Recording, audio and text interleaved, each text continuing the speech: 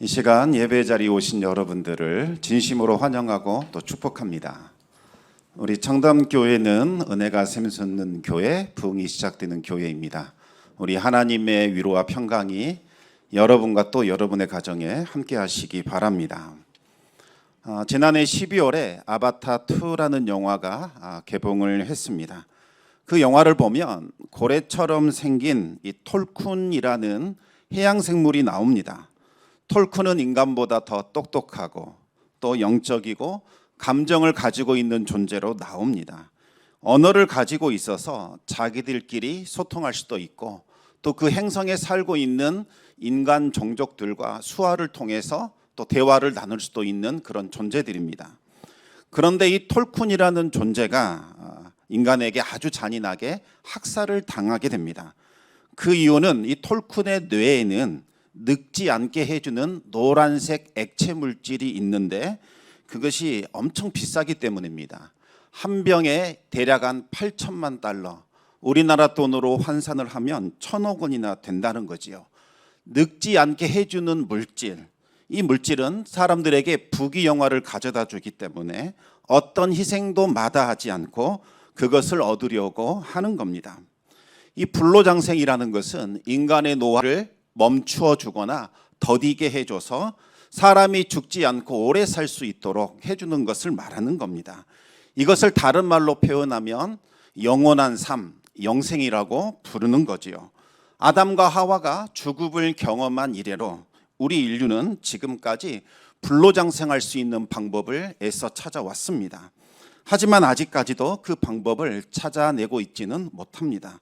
그럼에도 불구하고 우리 인류는 불로장생에 대한 꿈을 포기하지 않고 있습니다. 죽음과 소멸에 맞서 싸우고 있는 거죠. 여러분, 예술이나 건축이나 문학과 같은 것 왜 나왔다고 생각하십니까? 이건 역시 바로 이 죽음을 극복하기 위한 몸부림이라고 할 수 있겠습니다.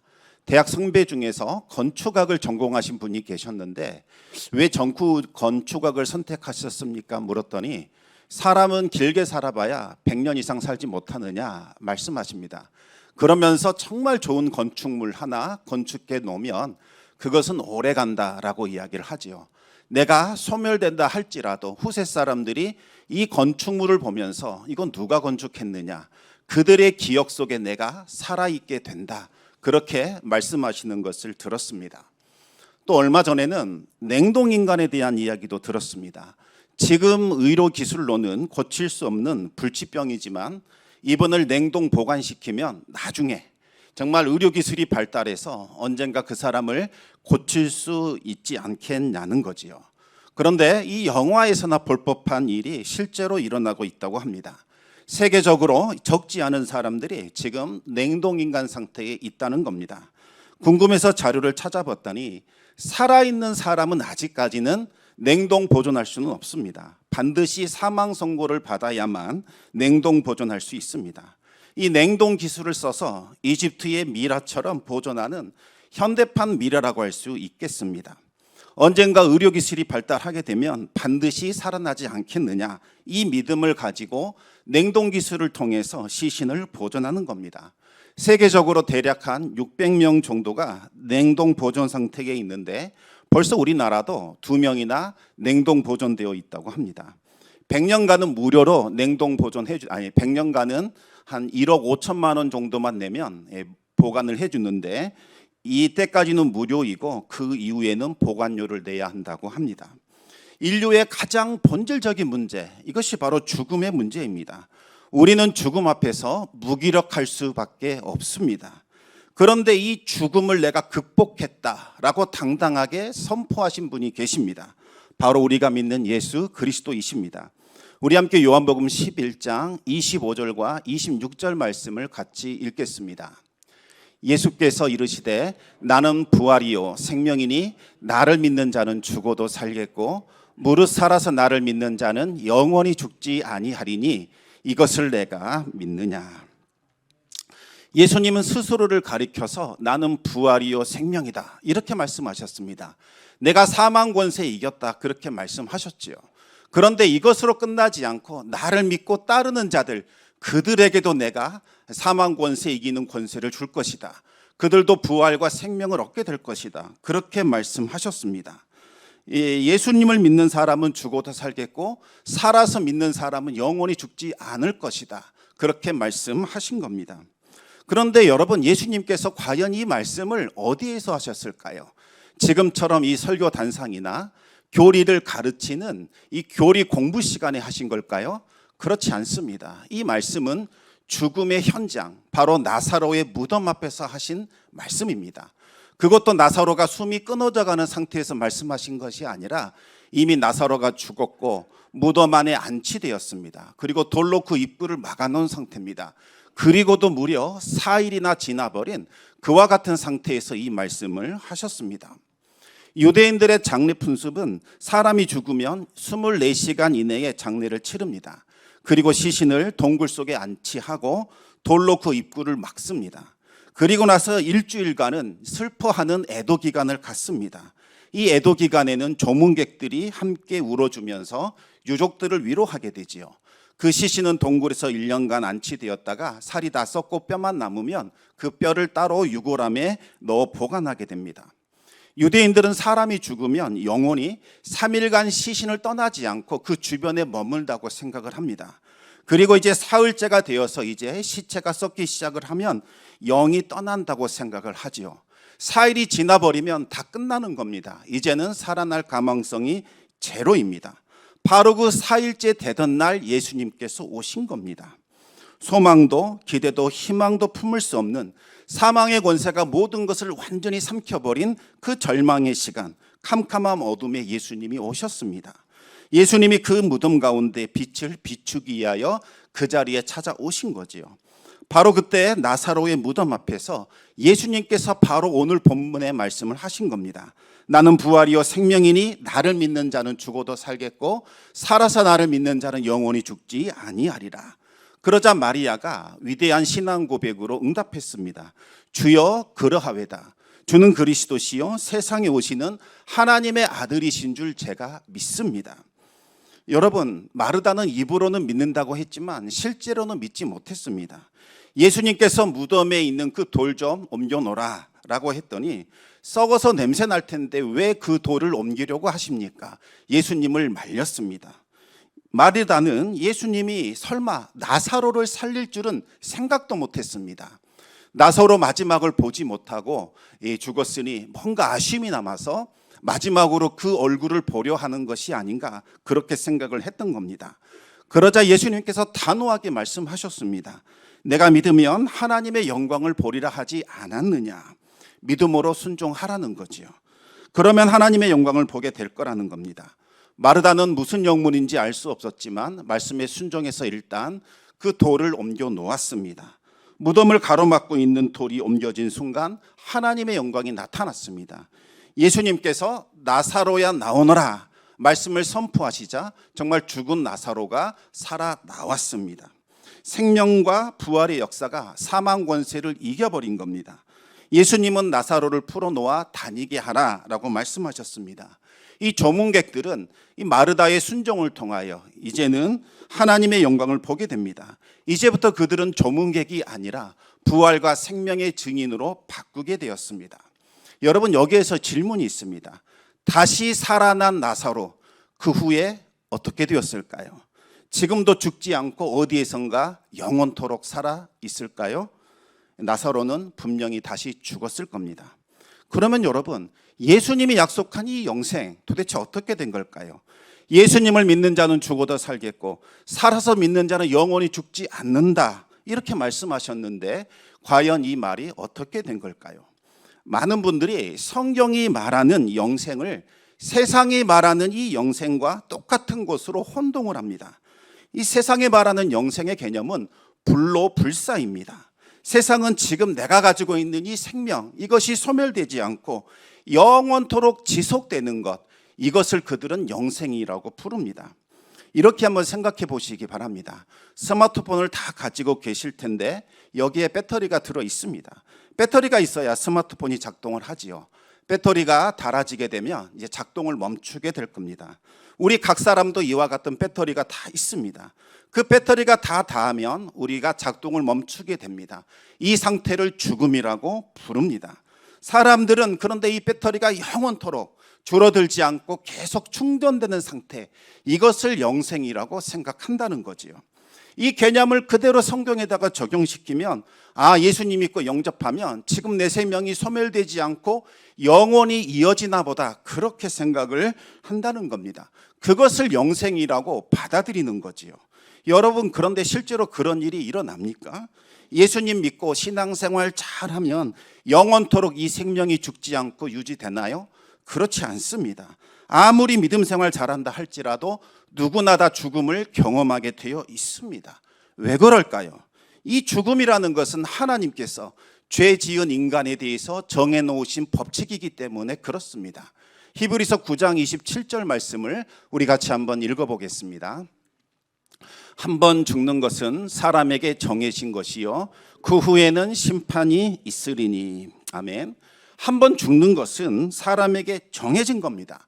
원래 아담과 하와는 죽지 않는 존재로 창조되었지만 죄가 들어온 결과 그들은 죽는 존재로 바뀌었습니다. 그리고 죽음 이후에는 심판을 받게 되었습니다.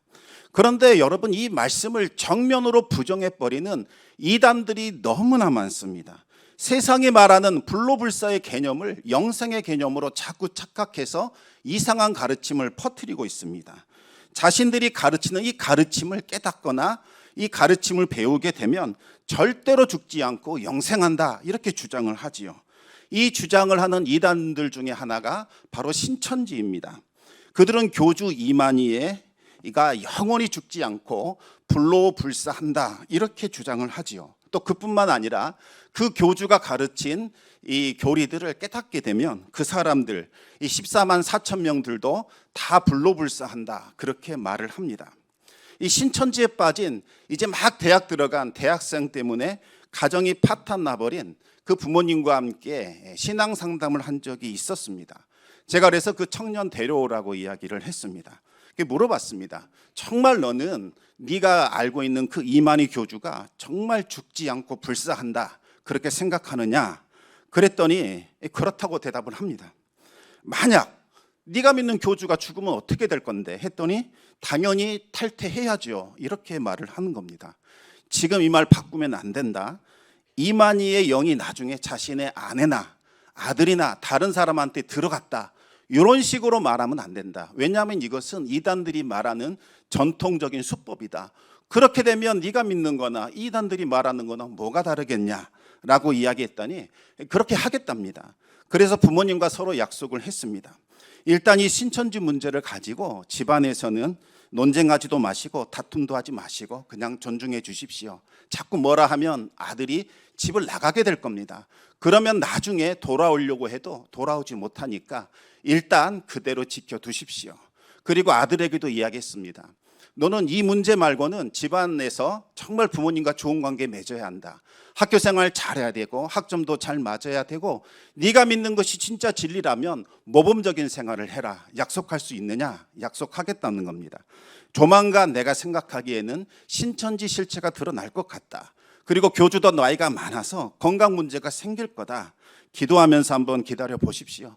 아들도 약속했으니 이 교주가 분명히 아프거나 죽는 일이 일어날 겁니다. 그러면 그때는 꼭 탈퇴하시기 바랍니다. 그렇게 일단락을 지었습니다. 그런데 얼마 지나지 않아서 코로나19가 발생을 하게 되었고 신천지의 실체도 좀 드러나게 됩니다. 교주 이만희의 건강이 아주 좋지 않다는 것이 공개적으로 밝혀졌습니다. 그러더니 요즘은 교리를 바꿨습니다. 불로불사의 개념을 다른 방식으로 자꾸 병정시키려는 그러한 움직임이 나타나고 있지요. 그 청년이 어떻게 되었는가 궁금해서 연락을 취해봤더니 이미 신천지를 탈퇴했다, 그렇게 말하는 것을 들었습니다. 여러분, 이 불로불사는 성경이 말하는 영생 개념이 아닙니다. 그러면 성경이 말하는 영생은 과연 무엇을 말하는 걸까요? 우리 함께 요한복음 17장 3절 말씀을 같이 한번 읽어보겠습니다. 영생은 곧 유일하신 참 하나님과 그가 보내신 자 예수 그리스도를 아는 것이니이다. 아멘. 영생은 하나님을 알고 예수님을 아는 겁니다. 그런데 여기서 안다는 것은 지식을 말하는 게 아니죠. 관계를 말합니다. 하나님과 관계 맺는 것, 하나님과 연결되는 것, 하나님과 연합되는 것, 이것을 말하는 겁니다. 영생은 하나님의 자녀가 되는 것, 하나님과 연합되어 살아가는 것을 뜻합니다.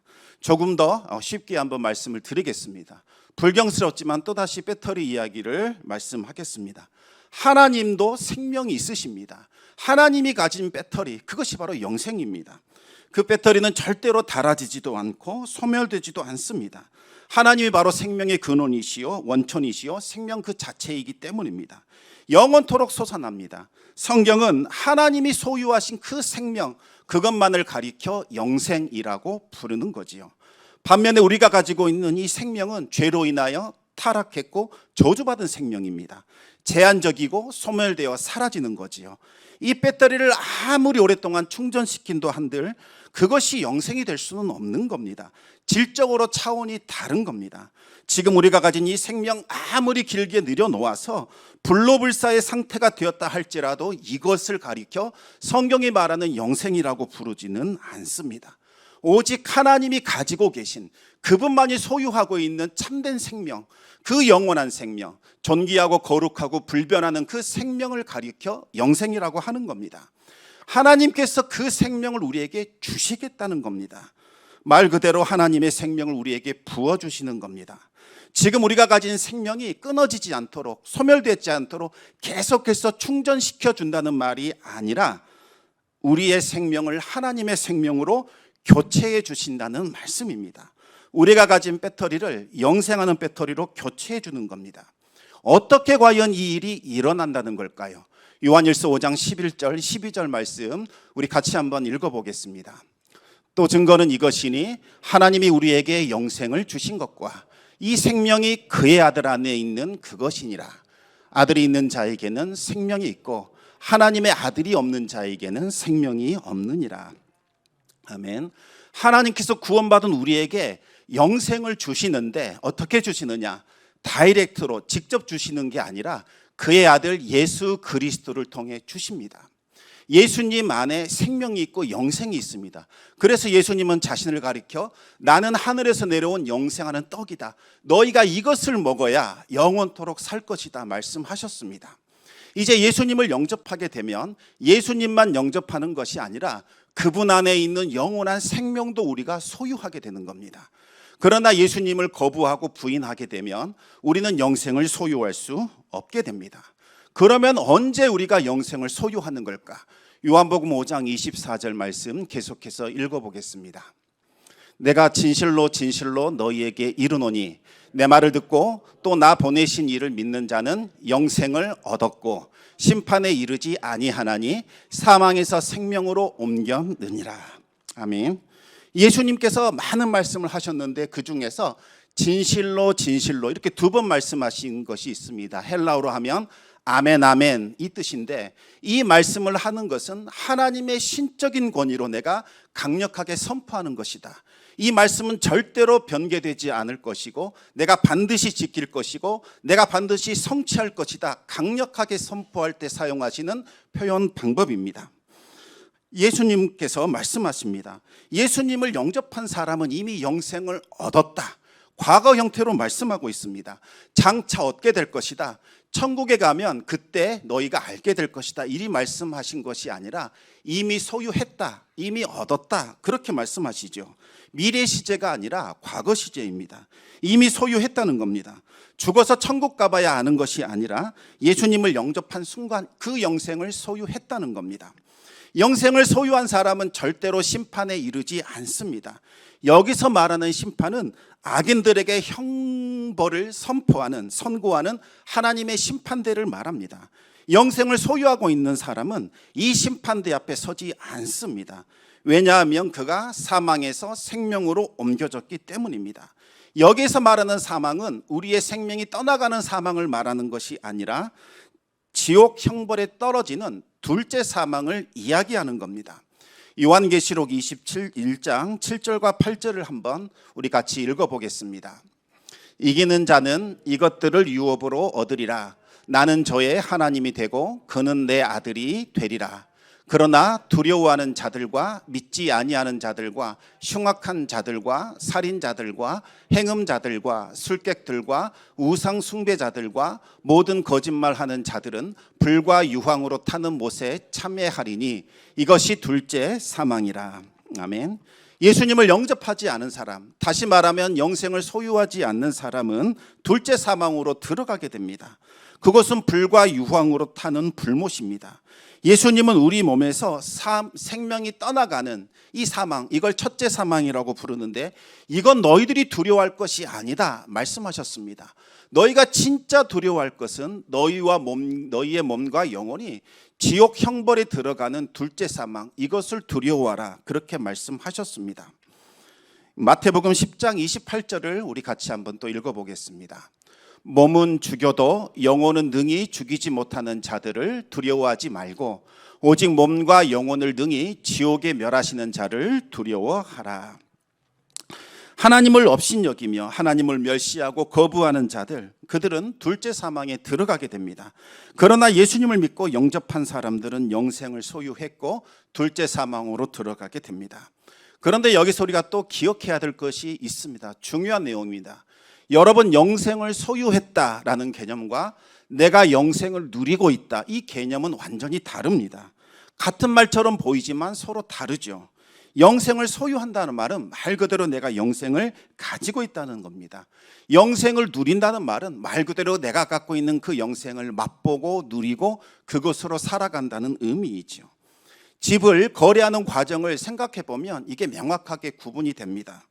집을 살 때 먼저 매매 계약을 합니다.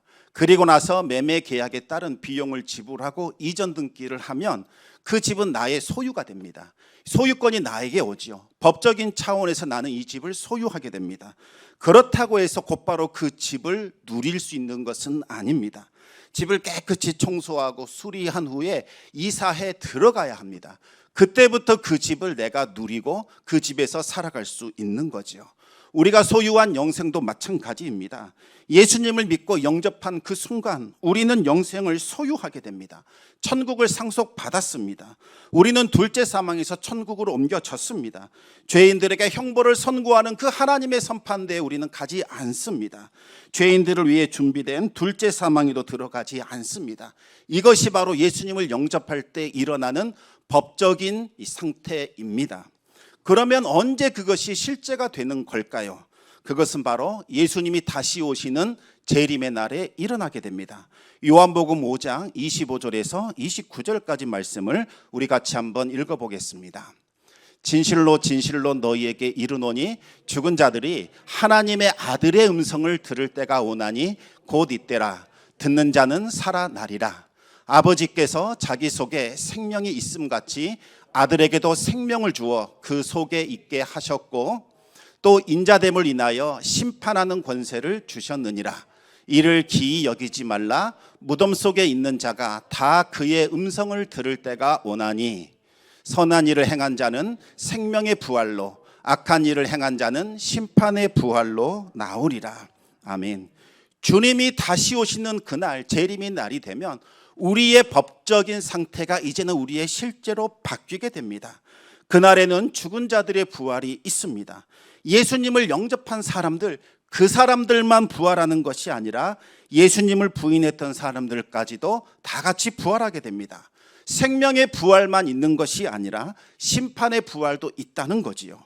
예수님을 멸시하고 부인했던 사람들은 심판의 부활을 하게 됩니다.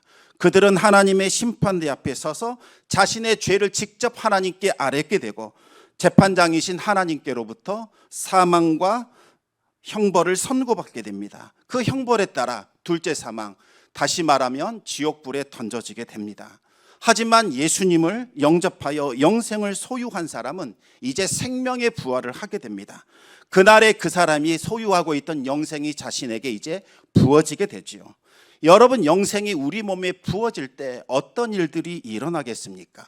우리의 몸이 순식간에 변화하게 됩니다. 땅의 몸을 벗어버리고 하늘에 속한 새로운 몸, 신령한 몸, 영광의 몸을 입게 됩니다. 그 몸으로 바뀌어야만 이 생명이 아닌 하나님의 생명을 담아낼 수 있기 때문입니다. 고린도전서 15장 51절에서 54절까지 말씀 계속해서 읽어보겠습니다. 보라, 내가 너희에게 비밀을 말하노니 우리가 다 잠잘 것이 아니요 마지막 나팔에 순식간에 홀연히 다 변화하리니 나팔 소리가 나매 죽은 자들이 썩지 아니할 것으로 다시 살고 우리도 변화하리라. 이 썩을 것이 불갑을 썩지 아니할 것을 입겠고 이 죽을 것이 죽지 아니함을 입으리로다. 이 썩을 것이 썩지 아니함을 입고 이 죽을 것이 죽지 아니함을 입을 때에는 사망이 이김에 삼킨 바 되리라고 기록된 말씀이 응하리라. 아멘. 마지막 날이 되면 이 성도들은 육의 몸, 땅의 몸을 벗어버리고 새로운 몸, 신령한 몸, 영광의 몸으로 갈아입게 됩니다. 그리고 영생을 받아 하나님 나라 천국에 들어가서 이제는 영생을 누리며 살아가게 되는 거지요. 그러면 천국에서 영생을 누리는 그 삶은 어떤 모습일까요? 요한계시록 21장 3절과 4절 읽어보겠습니다. 내가 들으니 보좌에서 큰 음성이 나서 가로되 보라, 하나님의 장막이 사람들과 함께 있음에 하나님이 저희와 함께 거하시리니 저희는 하나님의 백성이 되고 하나님은 친히 저희와 함께 계셔서 모든 눈물을 그 눈에서 씻기심에 다시 사망이 없고 애통하는 것이나 곡하는 것이나 아픈 것이 다시 있지 아니하리니 처음 것들이 다 지나갔음이러라. 아멘. 하나님이 우리의 왕이 되어주시고 우리의 아버지가 되어주십니다.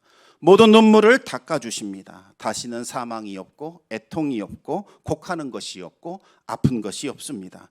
하나님의 위로와 평안과 기쁨과 즐거움이 가득하게 됩니다. 이제 정리하자면 우리가 예수님을 영접한 그 순간 영생을 소유하게 됩니다. 이것은 법적인 상태입니다. 법적인 상태가 언제 실제가 되느냐? 그것은 예수님이 재림하시는 그날입니다. 그날에게 우리에게 영생이 부어집니다. 그리면 우리는 땅의 몸을 벗어버리고 영광의 몸, 신령한 몸, 하나님의 몸을 입게 됩니다.